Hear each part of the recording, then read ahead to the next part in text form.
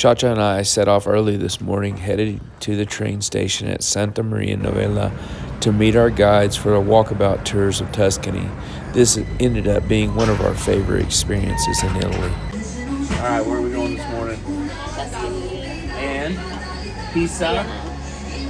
And Pisa. And Pisa, yeah. Oh.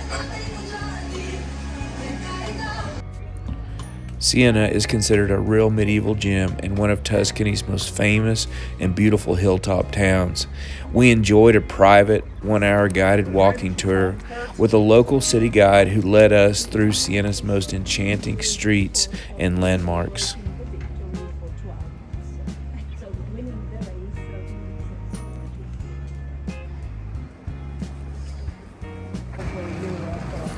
Our walking tour began near the headquarters of the world's oldest surviving bank, Monte de Paschi di Siena, which has been operating continuously since 1472.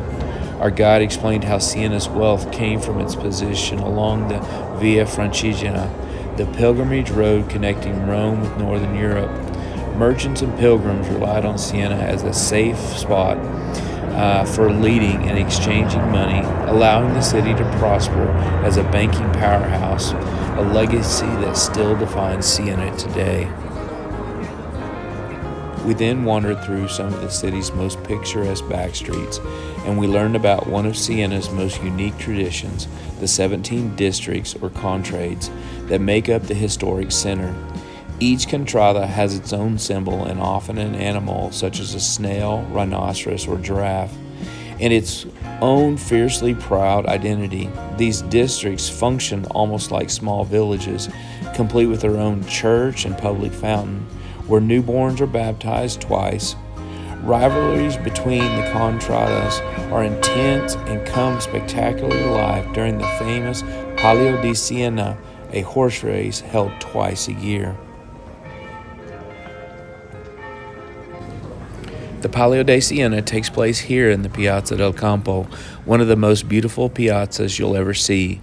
Shaped like a sloping seashell, it's Siena's social heart, where locals gather for coffee and conversation. During the Palio, this elegant square transforms into a dirt racetrack and the atmosphere becomes electric. Our guide painted such a vivid picture that it's easy to imagine the roar of the crowds and the thunder of the hooves from each contrada. Each contrada is represented by a jockey and a prized horse that is blessed within each contrada's local church. It's said that if the horse leaves something behind in the church, it's a sign of good luck. Only the horse has to cross the finish line to win the race, as jockeys are often ejected during the race.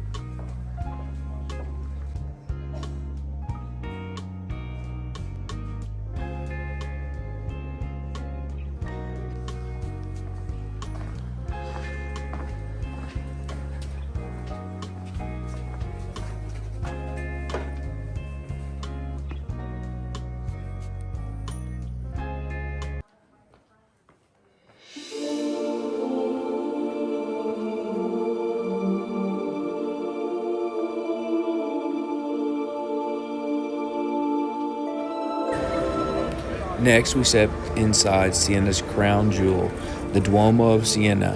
While Florence's cathedral may be more famous, Siena's interior is said to be far more dramatic.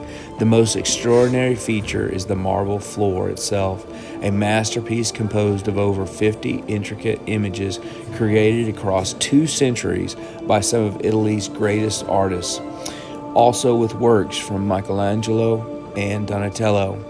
It was absolutely breathtaking, with alternating black and white marble columns, a soaring nave, that feels both grand and intimate, and a lavish use of gold, color, and light throughout.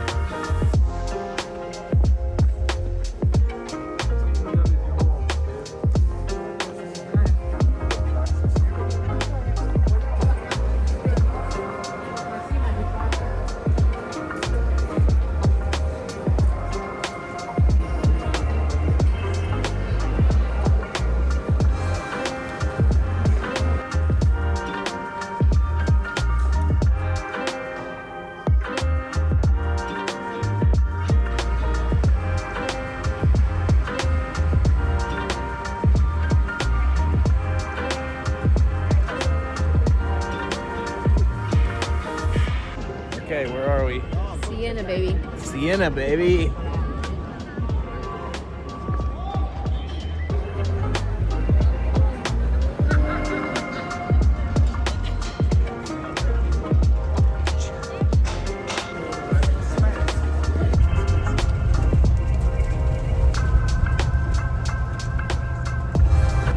After exploring Siena, we took a 45-minute drive through Tuscany's wine country. We were then treated to Fattoria Poggio Alloro, an organic family-run wine estate and easily one of the highlights of the day. We enjoyed an informal tasting of wine followed by a traditional Tuscan lunch. We enjoyed homemade pasta, cured meats, local cheeses, garden-fresh salad, a Tuscan biscotti, and plenty of wine. The country with the Santo Vetere, grapes famous to be told colors of the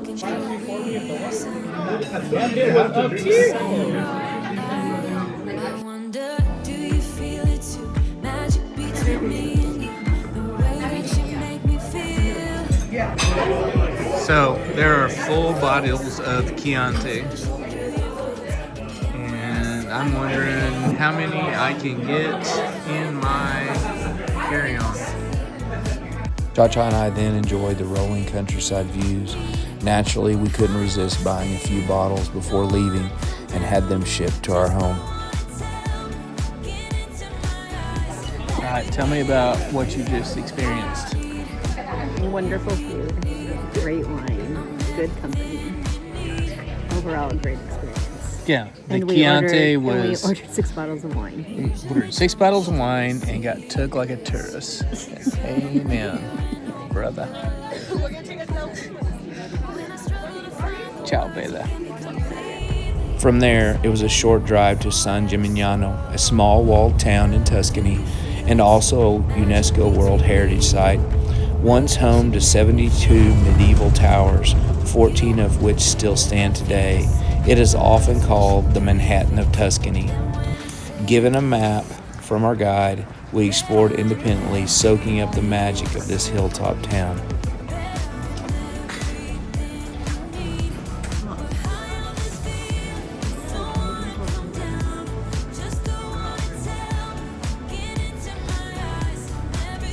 Entering through the main gate, we followed the Via San Giovanni to the Piazza della Cisterna, the heart of the town and former site of festivals and tournaments. This piazza is also known for the world-famous Gelateria Dondoli. Ciao, Bella. Here's the most famous gelateria that we never went to because of that line.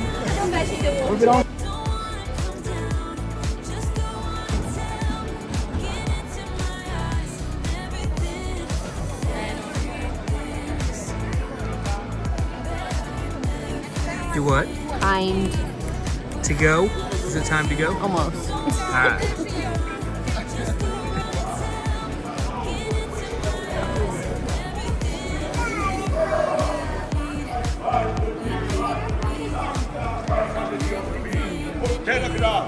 Al suo leon 550 fiati venne questo fuoco a rinfiammarsi sotto la sua pianta.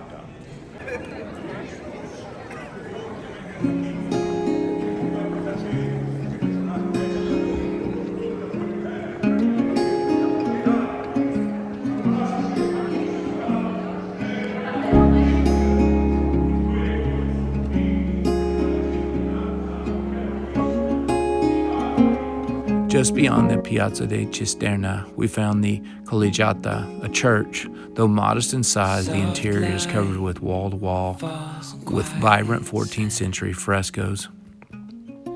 Beside the church, we didn't have time to climb the Torre Grossa, a tower with unforgettable bird's-eye views of the town and the countryside below. Something was spoken. Will you let me in? You and I will always have that one night. Come morning light, we'll always have that sunrise. We'll always have. Another stunning viewpoint awaited us at La Rocca, a beautiful garden framed by olive trees and remnants of 14th century fortress built by the Medici of Florence. From the top, the skyline of San Gimignano was simply breathtaking. Nothing's broken, nothing new. Only the sunrise.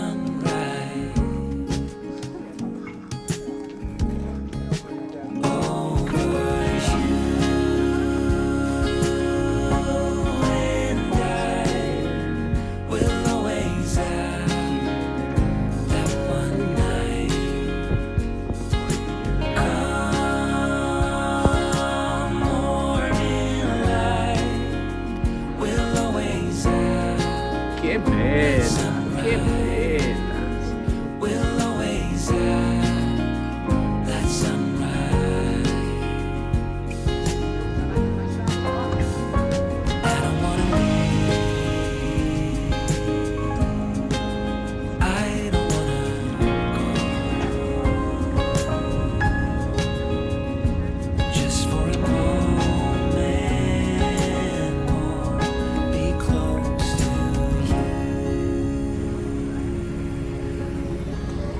Let's go, Bella.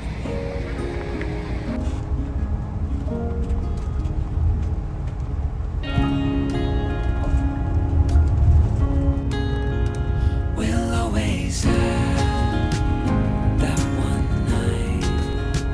We'll always have that sunrise. Our final destination was Pisa. After a scenic 1.5 hour drive through the classic Tuscan countryside, upon arrival, we were led straight to the Piazza dei Miracoli.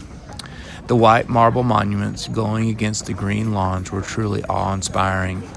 If you have time to explore, you can enjoy the cathedral, the baptistry, monumental cemetery, and of course the iconic Leaning Tower of Pisa.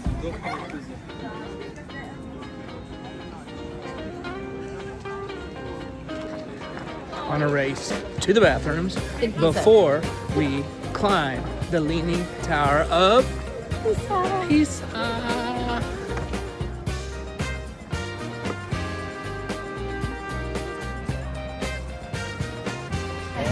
Are you ready? Yeah, let's go. Let's go.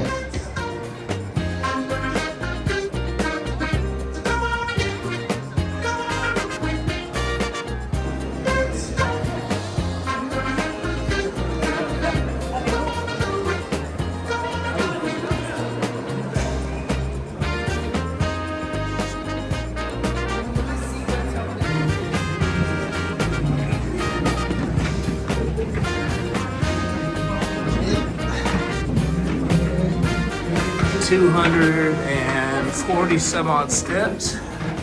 We'll get when we get to the top. I'll let you know.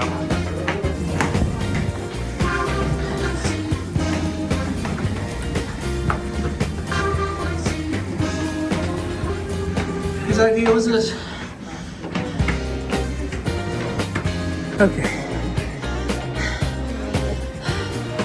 Why are you reading so hard? This is hard.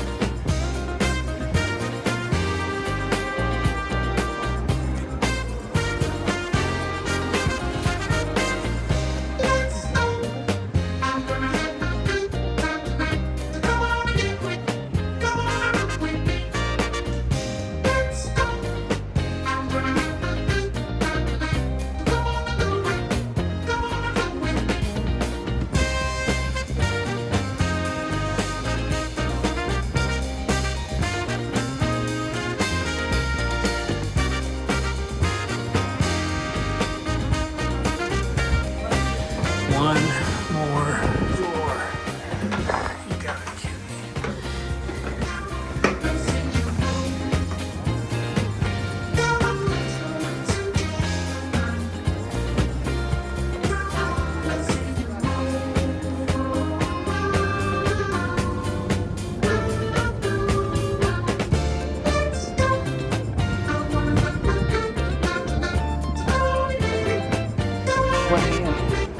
My hand is scared. This is a long freaking way up here. And for some reason it feels like it's leaning or something. I don't get it. They said it was stable, but I don't know.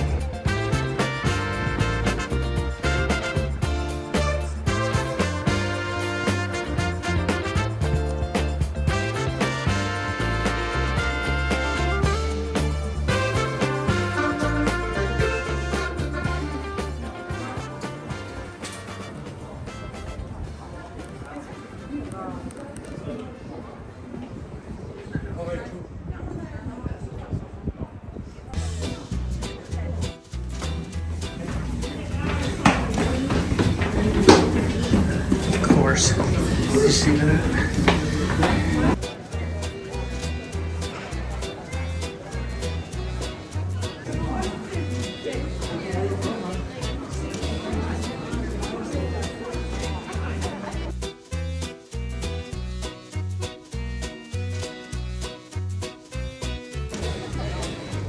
Alright, we came, we conquered, and we took some pictures. We'll see how they turn out, but we tried. So, ciao Bella.